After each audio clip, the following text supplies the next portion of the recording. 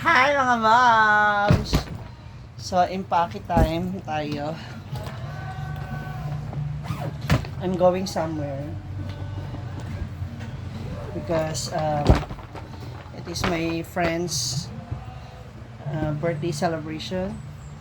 My friend pala, friends. My friend birthday celebration. Wala sa Road Trippers family. Ayan. So, magbabanding kami. Meron kaming swimming dito. So, isa lang dadaling kong swimsuit. So, hopefully magustuhan nyo to.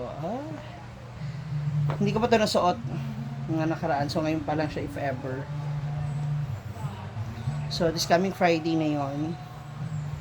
So, mag-impake na ako kasi bukas, Thursday ng gabi, biyahe na ako papunta ng Butuan dahil magsha-Siargao kami. Alam niyo na mga moms, Siargao. Swimming na naman ang akla. Buti na lang bagong laba yung aking tuwalya.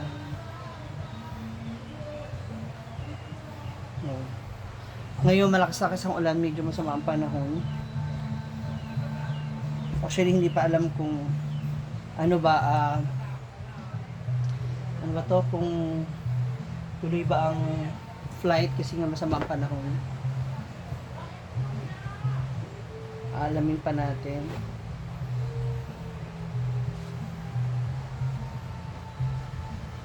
Kung hindi, edi tuloy tayo. So ngayon I have to bring some of my outfits. Actually hindi ko alam kung ano mga dadaling kong damit. Basta maglalagay na lang ako. Butas na yung aking side. Ewan ko ba? Sumuko ka agad sila. Oh, nakakaloka. Kaya kailangan ko na siya patahian. So, diba? Sige siya kanta. Ang lakas na nga ng ulan. Sige pa. Narinig mo na ng ulan ng ulan. Sige ka pa rin sigaw dyan. Syagit ka pa rin. Syagit! Charot. Siyempre, ang mga pumalakasan natin, mga dress, dadalhin natin. Siyempre, pag beach, kulang, diba? Yan. Sa mga nagtatanong naman, sinong maiiwan, sa Friday, Gwen, naka-assign naman si Gwen doon. Actually, naka-duty siya noon nung araw na yun sa Friday. Andun si Michelle, andun si Marites, si Kumare, Diday, andun din si Tomboy, si Danica. So, kompleto naman sila ron. Ako lang wala. So, technically, okay pa rin naman. Magbabantay lang naman sila dun. Parang gano'n lang naman magiging sistema. So, I also want to bring my syempre yung mga ano natin, mga pants ba. Wala lang akong pang top dito. Actually, nag-iisip ako ng pwedeng pang top. Gusto ko sana magdala ng what do you call this? Ng aking long dress. Kaya naman kami makitaan na naman ako doon. Ako pa naman. Kaya shoutout dyan sa mga taga Siargao. Hello sa inyo. Ha? So itong buwan na to, tuloy-tuloy na naman to. Ay, itong months nagsimula. So marami namang birthday at ganap.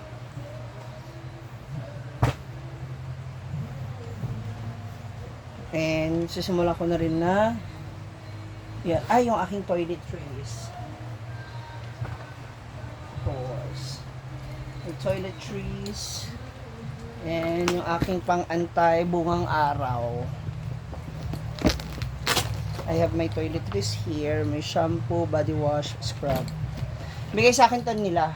So, nandito. And my toothbrush.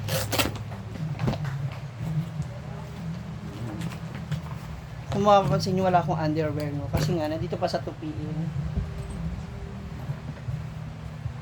Baka magamit natin itong pang malakasan nating madam-madaman na outfit. Eme-eme, lo.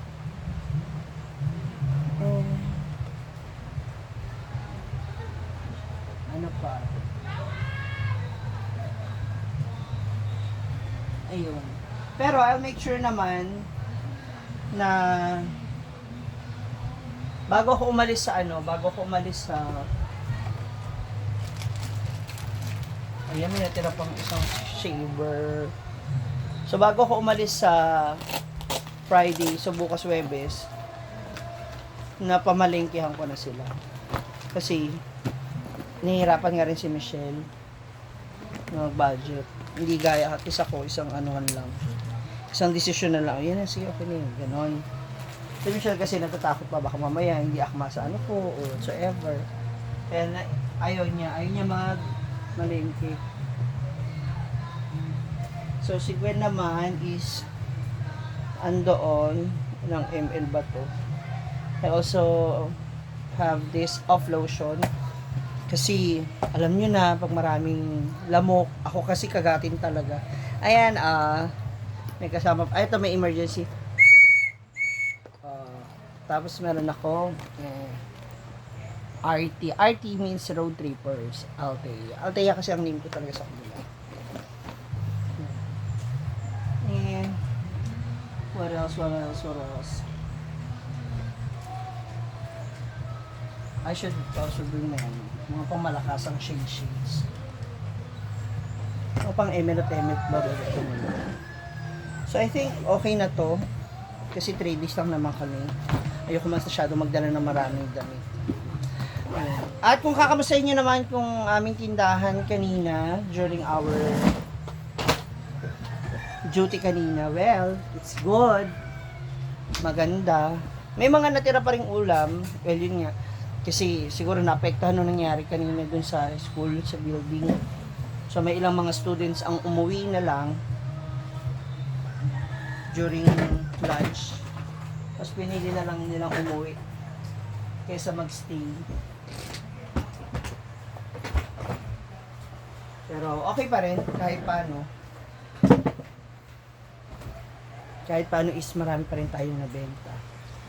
Nakakuha tayo ng pamalengke and pasahod sa ating mga pauhan. Actually, ang dami lamok ko.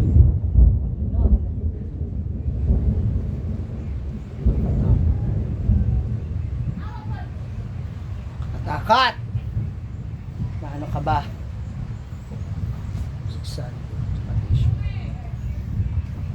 Kaya doble ingat po tayong lahat, especially now. Nako, ito na, papasok na ang rainy season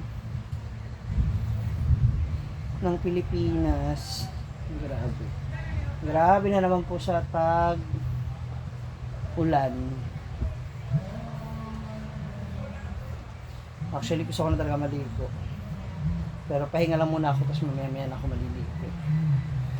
Because I forgot something sa store. May pasalubong. I mean, may birthday gift for my sister Vanessa. Para sa kanyang birthday. This is another set of friend. O baka mamaya, meron na naman magsabi sa inyo na ikaw, nakakapasyal ka kung saan hindi mo sinasabi. Ibang set of friends ko po ito ha. These are my high school friends. These are the people na kasama ko high school pa lang. Kilala na sila ng mama ko. Noon pa man, tagal ko na talaga silang kakilala at nakakasama. Wala pa man ang grupo ng social climber, kasama ko lang sila. So baka mamaya yung iba sa inyo dyan, pangunahan ko na kayo, no? Na I have my other set of friends. So sila naman, they are all professional in their own fields. So magkakaibang fields. Actually, ako na nga pinakaano sa kanila. Kumbaga sa pinakamababa ang estado ng hanap buhay. Isa sa government, sa isa naman nagmamay-ari ng sariling kumpanya. Yung isa naman po is mula sa isang malaking at sikat na 5-star hotel dito sa Pilipinas, sa Manila. May sariling travel agency, may sariling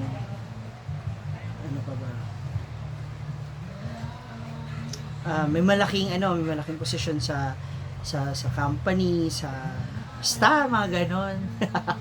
Basta, may pagmamalaki ko tong grupo na to. Iba kami ng field.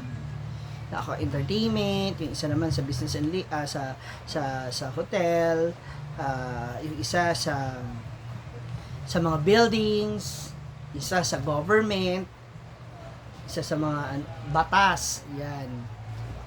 What else? Nagmamayari ng actually mako-consider ko na malaki kasi nakakapag-assist sila ng mga Europe tour, yung travel agency nila. Most of the time kapag nag-out of the country po kami lahat ng road trippers, kaya nalilibre nila ako ng ticket internationally because they have their discounts, meron sila mga achuchuchu, ganon. Kaya pag may out of the country talaga sama ako, sinasama nila ako.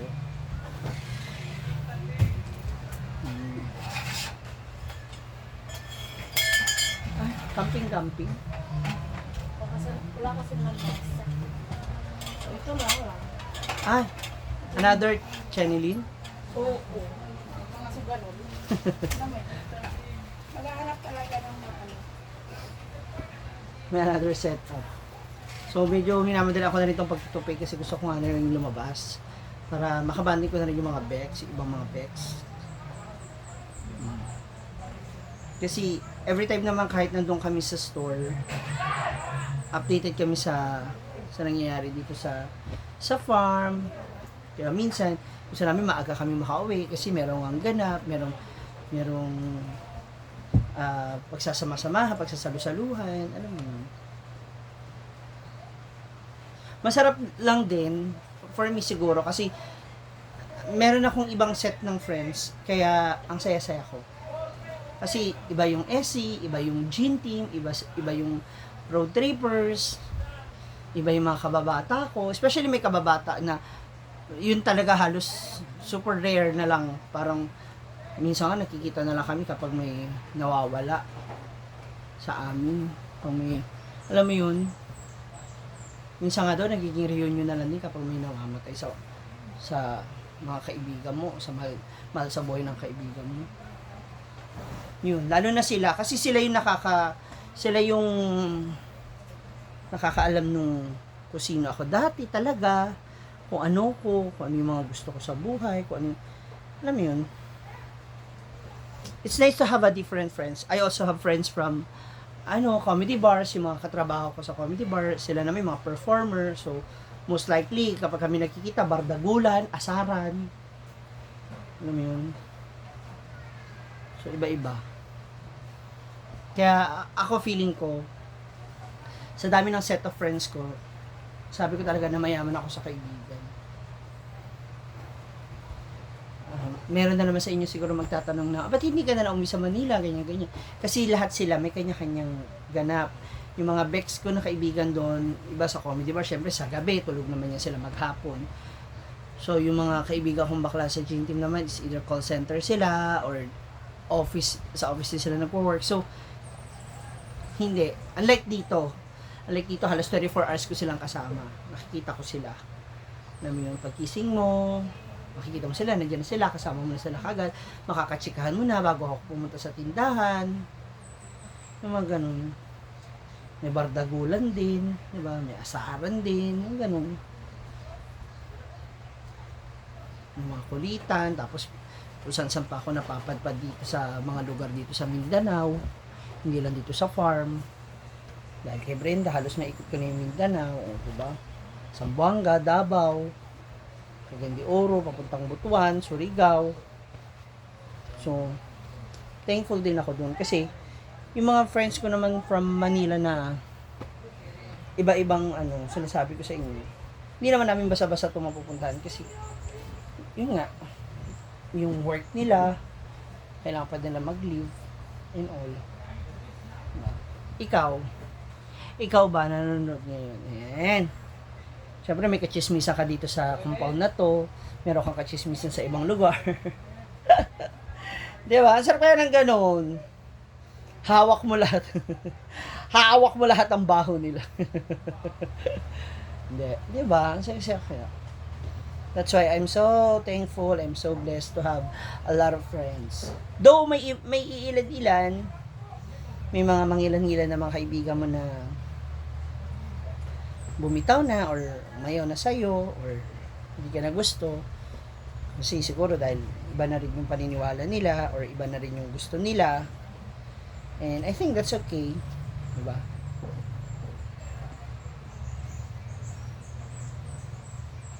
It's okay to have a lot of friends.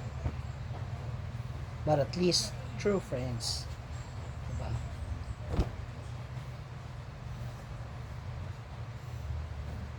Nakakamiss din sila.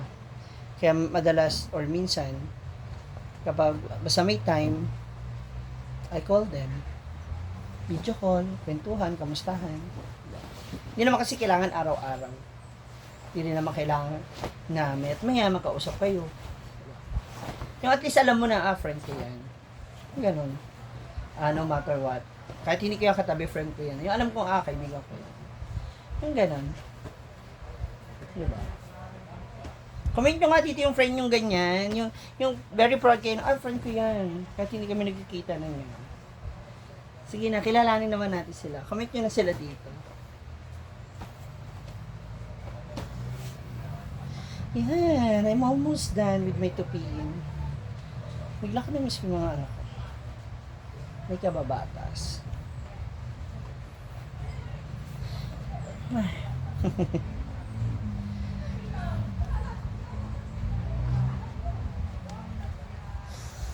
Ay, ako. Bigla lang nagpa-flashback sa akin. Siguro ganun talaga kapag tagal mo na silang hindi nakikita o nakakasama. Ayan. Mukhang yung iba nagpaparamdam na sa pamamagitan ng buko.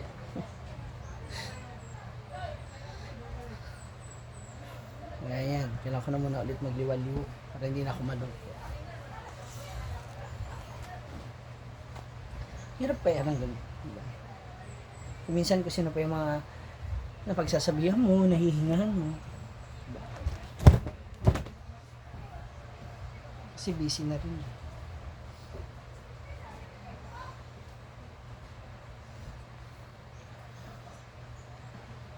Kaya thank you din sa mga angels ko sa Mamshi Eatery na patuloy na nakasuporta.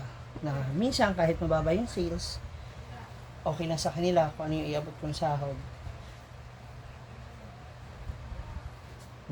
Pero syempre kapag malaki din naman ang sales, dinadagdagan ko sila. Wala namang problema. Lagi may additional. Sige na, baka saan pa ito mapunta? Itong kwentuhan na to. So, bye for now. Thank you so much for listening and tag mo na yung friend mo. Chat mo na siya, sabihin mo mismo na siya. Minsan magbadilid for a while. Bye for